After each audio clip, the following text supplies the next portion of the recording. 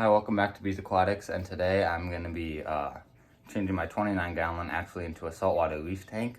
And this is going to be part one, but I'll show you what I'm doing right now.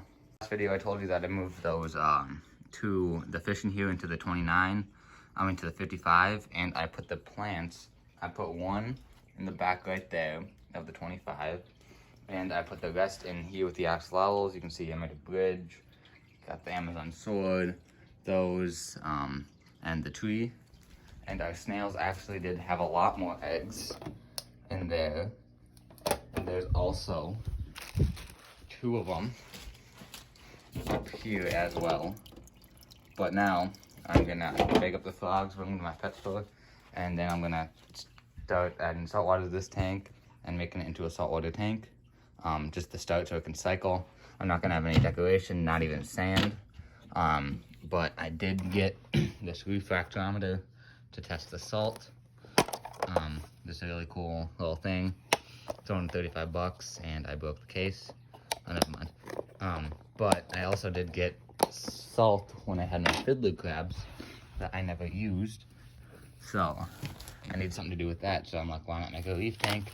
I was at the pet store, didn't know what I wanted, saw the refractometer, and that sealed the deal. So now I'm gonna bake up these frogs, and I will be back in like 2 seconds.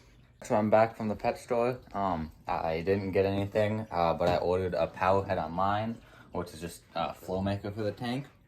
But I'm gonna take everything out now, and then I'm gonna add salt to it, and I'll show you how I do that. But yeah, so I'll see you once everything's out of here.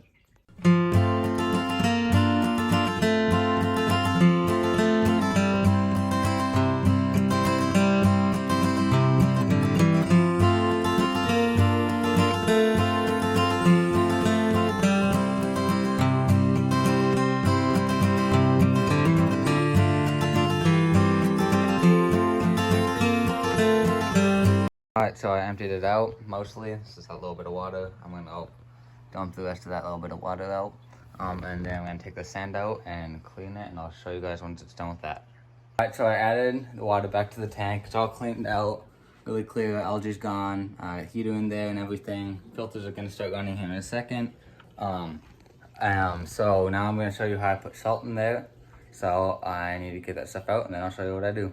Alright, so this is a refractometer right here. And it measures, it's like the salt levels I need for my tank, specific gravity, parts per thousand salinity. I only really need to focus on the salinity. And so, well, I need to focus on all of them, but it says about, I looked it up, 1 tablespoon of salt for 3 gallons.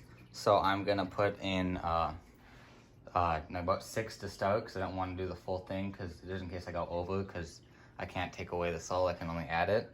So I'm gonna start off with a little bit less, and I'm gonna test from there. But basically how I do it, I use this, put a few drops of water onto this little screen right here, let it sit for a bit, and the graph will change when you look through it. There's a graph, I don't know if you're gonna be able to see it, but we'll try. Yeah, right there, that graph, and that'll tell me what I need, or what levels it's at. So I'm gonna test it, and I'll be back when it's done. So I added the salt to the tank, and wherever I read that you need like a tablespoon for 3 gallons was really off by a lot, because I ended up using like half the bag. But here's the tank. You see a little bit of the salt kind of sitting at the bottom still, but some of that sand, and it's kind of foggy because I just got done with it.